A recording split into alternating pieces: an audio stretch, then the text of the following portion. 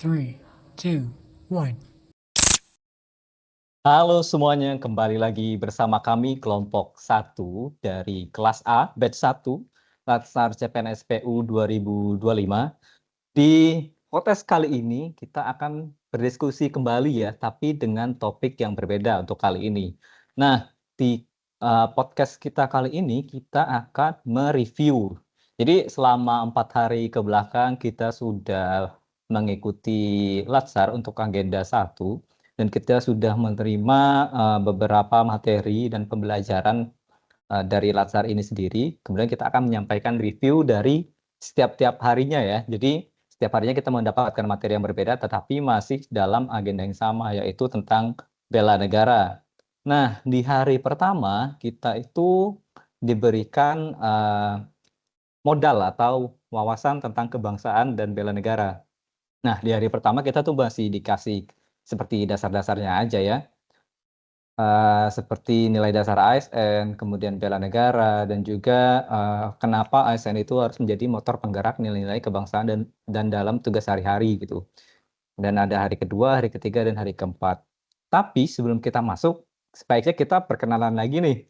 Nah, saya Aditya Rahmat selaku moderator. Saya berasal dari BPK Kepulauan Bangka Belitung. Kemudian di sini juga ada narasumber yang sekaligus sebagai anggota kelompok 1 ya, yang akan menyampaikan review-reviewnya atau kesan-pesannya selama mengikuti kegiatan Latsar Agenda 1 ini. Mungkin bisa perkenalan dulu teman-teman. Halo, saya Ahmad Nurul Pratama dari BP2DK Sumatera Selatan. Halo, Kodinda Putri Anggraini dari BPJN Lampung. Halo, saya Adi Pratama, BPBPK Bengkulu. Halo, saya Aditya Surya Laksana dari BPPK Babel. Halo, saya Aditya Wisnu Nugraha dari BPJN Lampung. Halo, saya Afif Gatra Arsyuri dari BBPJN Sumatera Selatan. Oke, itu semua teman-teman anggota kelompok 1 ya, atau di sini sebagai narasumber yang akan memberikan reviewnya nanti. Alhamdulillah ini masih lengkap semua ya sampai hari keempat ini ya. Nah, kita kembali ke topik. Jadi selama 4 hari kita sudah mempelajari banyak materi yang seperti yang saya sebutkan tadi. Hari pertama tentang wawasan kebangsaan dan bela negara, yang mana kita belajar nilai dasar ASN seperti nasionalisme, integritas, profesionalisme, pelayanan publik, akuntabilitas, dan anti korupsi. Kemudian kita mengetahui bahwa bela negara itu bukan hanya tugas militer, tapi juga tanggung jawab ASN melalui disiplin, kerja jujur, dan melayani masyarakat dengan adil. Nah, dari teman-teman sendiri, gimana sih pembelajaran yang teman-teman dapat dari hari pertama? Gimana reviewnya atau pesan-pesan ini? Ada yang mau menyampaikan? Untuk di hari pertama kita ya, sebelumnya itu kan kita di tanggal 29 atau 30 ya, kita kan sudah dibagi per kelas ya. Kita waktu itu dapat kelas Pak Setio. Pak Setio ini kan di awal pertemuan kita menjelaskan, dia menjelaskan mengenai wawasan kebangsaan.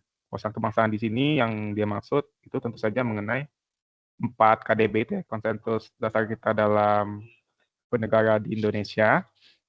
Nah, di sana kan dijelaskan bahwa 4 KDB itu adalah hal yang paling penting untuk kita pahami sebagai ASN. Gitu. Pedoman kita menjadi ASN. Kemudian kan dia juga menjelaskan mengenai kehidupan berbangsa itu tentu punya tantangan. Nah, tantangannya salah satunya contohnya tantangan geopolitik global, kemudian ada kemiskinan dan kesenjangan, dan juga mengenai 4 KDB tadi yang sosialisasinya itu maupun pemahamannya itu belum sampai ke semua individu di Indonesia. Nah, tentang tantangan itu yang dia kaitkan juga dengan dia contohkan kalau tidak salah ada 4 negara besar, salah satu contohnya Uni Soviet dan kemudian Yugoslavia, Cekoslovakia, Dan ada satu lagi saya tidak ingat, itu kegagalan dalam memahami prinsip dalam berbangsa menyebabkan keempat contoh itu tadi pecah belah gitu. Jadi terpisah menjadi negara kecil yang tidak bersatu kembali. Nah, di sana kan Pak Setio menjelaskan bahwa sangat penting bagi kita untuk mempertahankan persatuan Indonesia. Kemudian dia juga sempat menanyakan, apa yang lebih penting bagi kita, persatuan Indonesia atau kemanusiaan yang adil dan beradab? Nah, di situ kan kita semua cukup bingung mana yang lebih penting. Dan kalau saya ingat sih, itu semua sama pentingnya. Kita harus bahu-membahu mencapai keadilan sosial, persatuan Indonesia dan kemanusiaan adil beradab itu sama rata dan dicapai dengan bersama-sama. Nah, kemudian juga di hari pertama itu menjelaskan mengenai PNS yang berbakti untuk nusa dan bangsa. Dalam hal ini yang dimaksud adalah bela negara ya. Bela negara di sini kan maknanya ada banyak ya. Baik siap untuk membantu pemerintah ataupun mensukseskan program-program pemerintah. Nah, kalau kita saat ini kan konteksnya sedang menjalankan pelatihan ya. Nah, kita di sini juga diminta untuk menyusun aksi-aksi apa yang ingin kita lakukan untuk bela negara. Kemarin kan kita sudah buat tugasnya, kayaknya mungkin kita sudah punya rencana masing-masing untuk itu. Mungkin itu Bang, untuk D1 yang saya ingat. Mungkin bisa ditambahkan dengan yang lain. Oke, terima kasih Bang Adi. Jadi benar ya tadi memang bela negara itu sangat penting untuk kita ya. Karena kalau tidak kita maknai atau kita lakukan nanti seperti yang disebutkan oleh Bang Adi ada 4 negara yang pecah ya. Tadi salah satunya itu United Arab Republic ya yang pecah juga gitu. Oke, ini ada satu lagi Kak Adinda silahkan. Aku mau nambahin aja sih Kak, dari penjelasan Kak Adi tadi kan udah komplit banget ya, tentang apa aja yang kita pelajari di hari pertama. Yang paling aku ingat di hari pertama itu ada, kita kan lebih ke diskusi dan, kemarin itu ngangkat isu-isu yang lagi terjadi. Jadi sih dari lama juga. Contohnya yang ada, anak kecil, anak sekolah, bahkan udah SMP. Ini memang dalam kehidupan nyataku juga memang ada anak-anak udah SMA tapi nggak tahu pembagian, perkalian. Nah itu jadi, eee, masalah yang harus disoroti lagi di Indonesia sih. Masih banyak banget tentang korupsi, apalagi setiap hari ada aja masalah-masalah baru. Itu menurut aku itu menjadi tantangan kita sebagai ASN untuk mencoba mengejar Indonesia Emas 2045. Oke, baik terima kasih Kak Ninda. Ya memang benar ya, jadi memang ada beberapa isu-isu atau masalah yang saat ini atau akhir-akhir ini terjadi dan salah satu bentuk bela negara itu ya kita mencoba untuk menyelesaikan isu-isu tersebut. Oke, mungkin itu untuk review hari pertama ya. Kemudian kita lanjut ke hari kedua nih.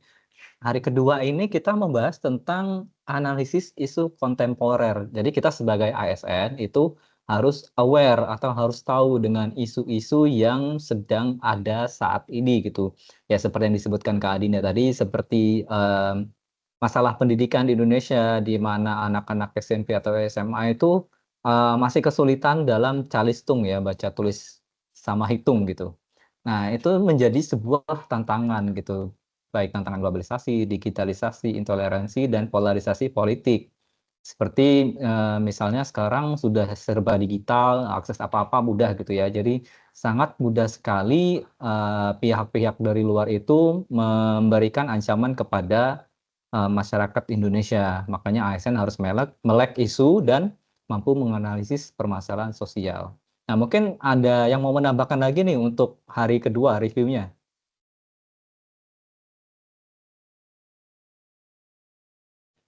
Di sini ada nomor 1 nih Bang Ahmad dulu nih. Bang Afif agak telat ya mencetnya, jadi keduluan Bang Ahmad. Silakan Bang Ahmad.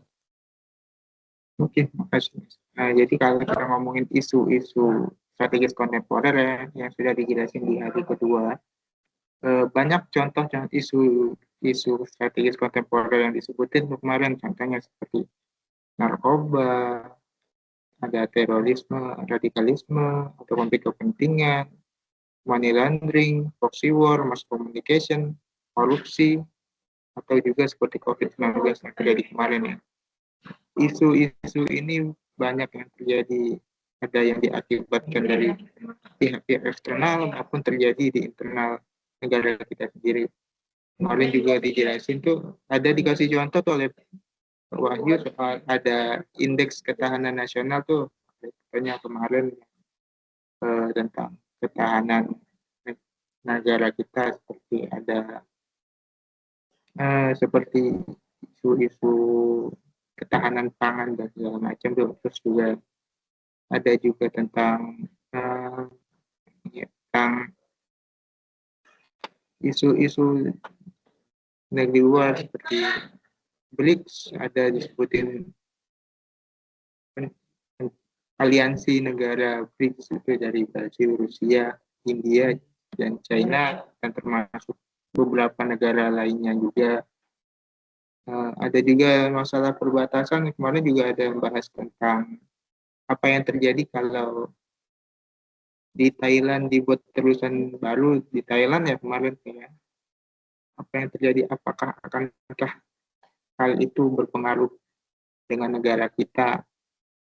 Jadi tentunya kita harus memang melek tuh dengan isu-isu strategis kontemporer yang terjadi baik di negara kita sendiri ataupun terjadi dalam skala multinasional. Kalau menurut saya sih begitu. Kalau ada yang mau nambahin. Oke, ya benar sekali yang dikatakan sama Bang Ahmad ya. Jadi memang salah satunya itu tentang batas wilayah ya. Seperti yang kita ketahui isu saat ini itu bukan isu sih, memang sudah kejadian ya. Itu antara Thailand dan Vietnam yang memperebutkan batas wilayah. Itu kan bisa saja terjadi ke Indonesia. Makanya kita memang harus mencoba membuat suatu pencegahan agar hal itu tidak terjadi di Indonesia dan negara tetangga. Oke, mungkin selanjutnya ada Bang Afif. Silakan Bang Afif. Ya, baik, terima kasih. Sebelumnya, apakah suara saya jelas, Pak Aditya? Jelas Bang Jelas ya? Afif. Ya, baik. Jadi, kalau dari saya tangkap ya Pak ya, untuk yang hari kedua, itu tuh lebih mengkerucut daripada hari pertama sih. Kalau hari pertama kan kita dipaparkan terkait secara luas tuh, tantangan global kan, dan efeknya dipaparkan, ada negara yang hancur, Arab Spring gitu kan, Cekoslovakia segala macam. Dan sekarang lebih dikerucutkan di ASEAN bahkan di Indonesia gitu. Dan salah satunya yang final dari hari kedua itu adalah membuat poster terkait ASN apa saja yang bisa dilakukan untuk bela negara, seperti itu kan. Apa saja yang bisa dilakukan oleh ASN terkait bela negara. Jadi yang saya tangkap itu hari kedua itu adalah kita itu dipancing untuk memahami secara utuh bahwa untuk mencegah Indonesia dari kehancuran seperti contoh-contoh negara yang dipaparkan di hari pertama, itu ASN itu harus melek, harus sadar bahwa Indonesia itu banyak ancaman-ancaman yang dihadapan di depan. Seperti apa? Seperti kita bahas kemarin terkait judol, pinjol gitu kan, terorisme, itulah yang kita angkat di topik kemarin itu terkait judol dan pinjol. Jadi emang sebagai seorang ASN itu kita harus berperan aktif untuk melakukan bela negara baik dalam bentuk kampanye ataupun kegiatan mandiri. Karena apa? Ya tadi negara-negara yang hancur itu negara-negara di Arab Spring, di negara-negara terlibat di Arab Spring, negara-negara pecah Soviet itu bisa hancur karena yang pertama mereka tidak memiliki wawasan kebangsaan, dan yang kedua warga negaranya itu tidak aktif melakukan bela negara. Makanya kita sebagai ASN, salah satu rakyat Indonesia yang bergerak di pemerintahan ini harus bergerak aktif untuk melakukan kampanye bela negara. Agar apa? Agar Indonesia dapat terus hidup berkesinambungan seperti itu. Itu aja dari saya, Pak. Terima kasih. Oke, baik. Terima kasih, Abang Afif. Memang benar ya, jadi salah satu bentuk bela negara kita itu adalah menindaklanjuti isu-isu yang ada agar tidak terjadi perpecahan seperti negara-negara besar yang sudah disebutkan tadi ya. Oke, selanjutnya itu tadi kan kita sudah membahas hari kedua ya. Kemudian ini kita ada hari ketiga, di mana hari ketiga ini pembahasannya tentang pembinaan sikap perilaku dan juga algoritma kebangsaan. Nah, apa sih algoritma kebangsaan? Jadi, algoritma kebangsaan itu upaya membentuk sikap kebangsaan melalui sistem nilai, teknologi, dan narasi positif. Jadi, kita memang harus membuat narasi yang positif tentang Indonesia ya, supaya masyarakat Indonesia juga semakin mencintai negara Indonesia.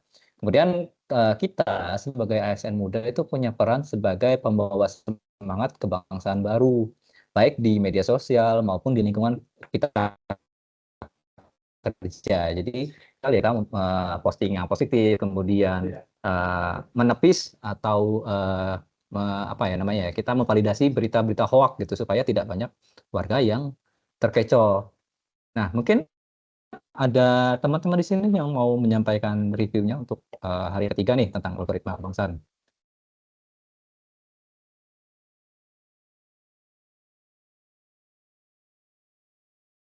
Oke, di sini ada Bang Aditya Surya Laksana, silahkan Bang.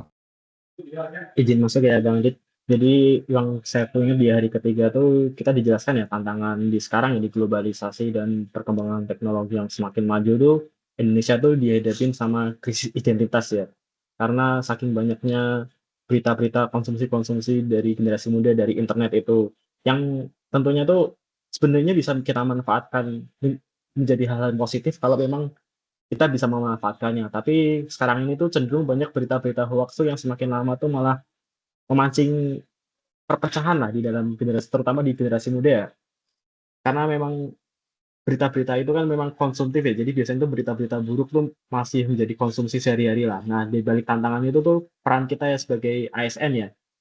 Itu tuh untuk membuat Indonesia menjadi lebih baik, terutama khususnya sebagai kita ASN PU. Jadi kita harus membuat PU tuh apa sih yang bisa kita lakukan untuk membuat itu jadi lebih baik, lebih kuat lah.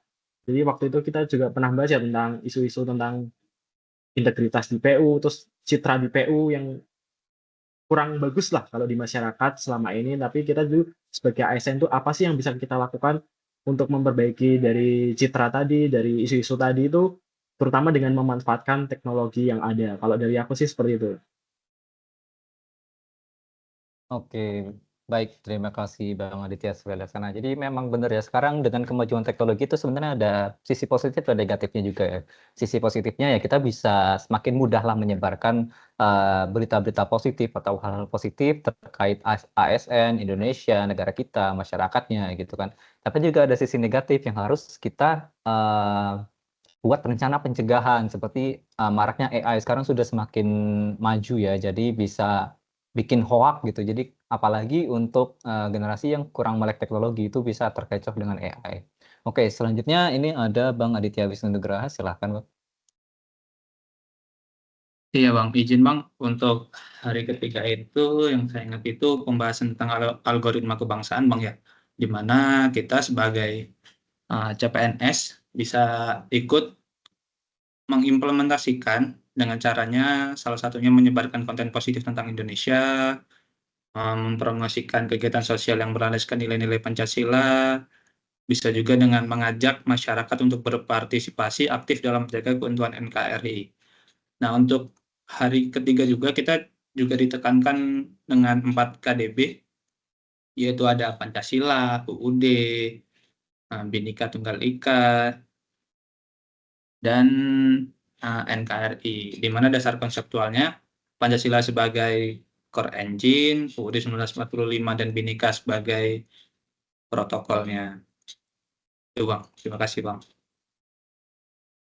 Oke, ya betul sekali ya yang disampaikan oleh Bang Aditya Wisnu Nugraha. Jadi memang kita dalam bernegara itu punya 4 konsensus dasar bernegara, yaitu Pancasila, UUD 1945, Bhinneka Tunggal Ika. Nah, itu sangat penting sekali untuk kita pelajari dan maknai ya, dan kita tanamkan nilai-nilainya dalam kehidupan sehari-hari agar kita bisa menjadi warga negara yang baik gitu, dan juga bisa bermasyarakat dengan baik gitu. Nah, itu tadi untuk review di hari ketiga. Kemudian ini ada hari keempat nih, hari terakhir untuk agenda pertama. Di hari keempat ini kita membahas tentang teknis analisis isu. Jadi memang di awal kita diberi materi tentang bela negara ya, diberi pembekalan gitu. Kemudian diminta untuk aware tentang isu kontemporer.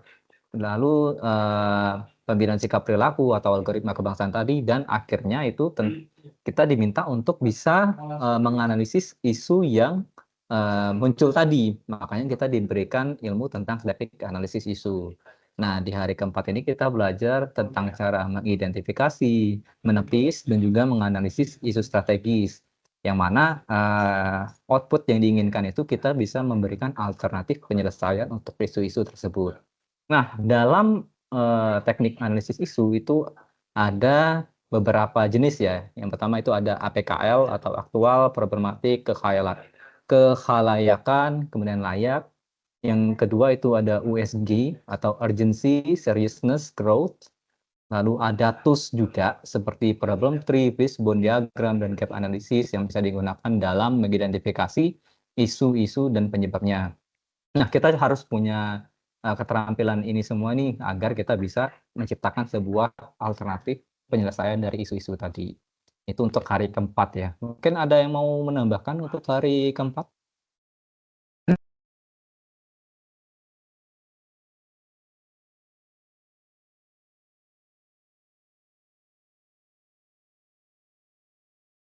Mau Cukup sepertinya, menambahkan Bang. ya, Kak? Boleh Kak Adi dulu? Ya, silakan Bang Adi ini.